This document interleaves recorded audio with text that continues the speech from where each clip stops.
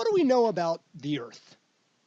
Well, if you asked that question to people in the 1400s, they would have told you that they knew that the Earth was the center of the universe. If you had asked Lord Kelvin, one of the greatest scientific minds of the 19th century, he would have told you that he knew that the Earth was between 20 and 400 million years old. And if you'd asked that question to most geologists in the early 20th century, they would have told you that they knew that the Earth's continents were fixed in place. And of course, we now realize that what all these people knew about the Earth was completely wrong. On one level, the Earth has been whatever the Earth has been over its billions of years of history.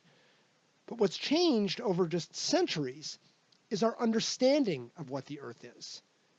In other words, the Earth as an actual object in reality is different from the Earth as we know it at any given moment. Indeed, everything scientific, the Earth, the sun, atoms, genes, the universe, humanity, everything scientific lives in these same two worlds, what it is in reality and what we understand about it right now. Professor Stephen Goldman of Lehigh University highlights this dichotomy in his outstanding course for the teaching company entitled Science Wars: What Scientists Know and How They Know It.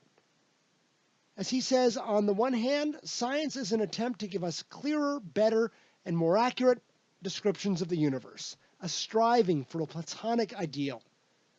On the other hand, science is historical and temporal.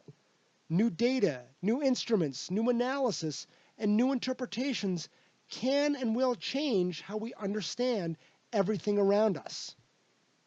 As Goldman argues, this idea of a scientific object is tremendously valuable.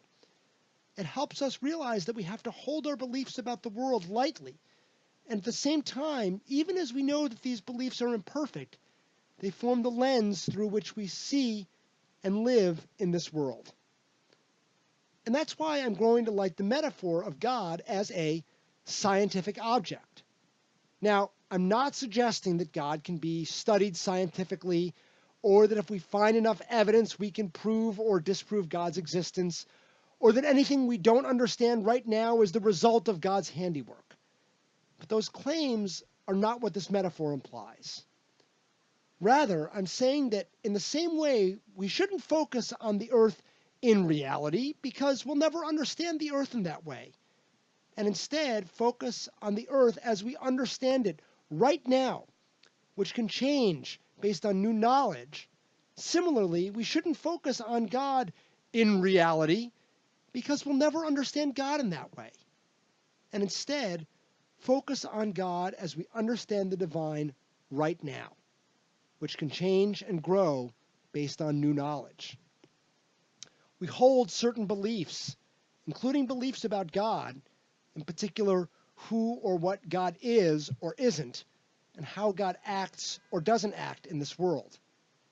But what doesn't happen enough, whether someone's a fundamentalist or an atheist or anything in between, is a willingness to rethink what we believe about God based on new ideas and new experiences.